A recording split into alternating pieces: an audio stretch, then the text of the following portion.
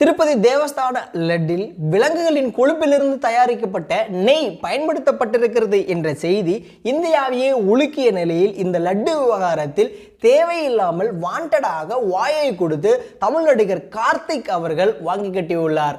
சமீபத்தில் ஆந்திராவில் நடந்த ஒரு படத்தின் பாடல் வெளியீட்டு விழாவில் கலந்து கொண்ட அவரிடம் அந்நிகழ்ச்சியினுடைய தொகுப்பாளர் சிறுத்தை படத்தினுடைய காமெடியை மேற்கோள் காட்டி, கண்ணா லட்டு தின்ன ஆசையா, கண்ணா 2 லட்டு தின்ன ஆசையா என்ற கேள்வியை தொகுப்பாளர் கார்த்திகிடம் முன்வைக்கும் பொழுது அந்த கேள்விக்கு கார்த்திக் அவர்கள் மிகவும் நக்கலாக சிரித்து கொண்டு, இந்த விவகாரம் மக்களின் உணர்வை சார்ந்தது, இந்த விவகாரம் மிகவும் சென்சிட்டிவான ஒரு விஷயம் என்பதால் இதை பற்றி என்னால் எதுவும் தெரிவிக்க முடியாது என்று சிரித்து கொண்டே அந்த நிகழ்ச்சியிலிருந்து கிளம்பினார்.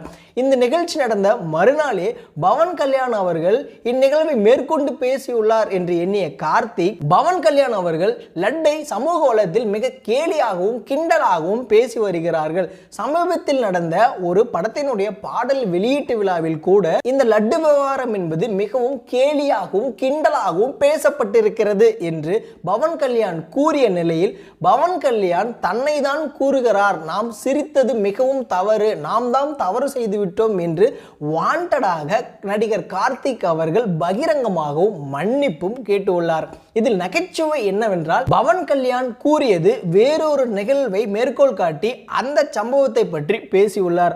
ஆனால் பவன் கல்யாண் அவர்கள் கார்த்திகை பற்றி ஒருபோதும் பேசவில்லை என்று கூறப்படுகிறது. ஆனால் பவன் கல்யாண் தன்னை தான் கூறினார் என்று வாண்டடாக கார்த்திக் அவர்கள் மன்னிப்பும் கேட்டுள்ளது என்பது தமிழகத்தில் மிகப்பெரிய ஒரு சிரிப்பு அலையையும் ஏற்படுத்தியுள்ளது. இது போன்ற மொக்கைகளை வாங்குவது சிவகுமாரின் குடும்பத்திற்கு பெரிதல்ல, இது பழக்கப்பட்ட ஒன்றுதான். சூர்யாவும் ஜோதிகாவும் தமிழகத்தில் எப்பொழுதெல்லாம் சமூக நீதி கீழே சாய்கிறதோ அப்பெல்லாம் ஓடி வந்து தாங்கக்கூடிய இந்த நடிகர்கள் குடும்பத்திற்கு இது புதிதல்ல என்று நெட்டிசன்களும் கலாய்த்து வருகின்றனர். இது மாதிரியான விஷயங்களை தொடர்ந்து தெரிஞ்சுக்க நம்ம பிஹைண்ட் ஐஸ் சேனலை மறக்காம சப்ஸ்கிரைப் பண்ணுங்க, லைக் பண்ணுங்க, ஷேர் பண்ணுங்க.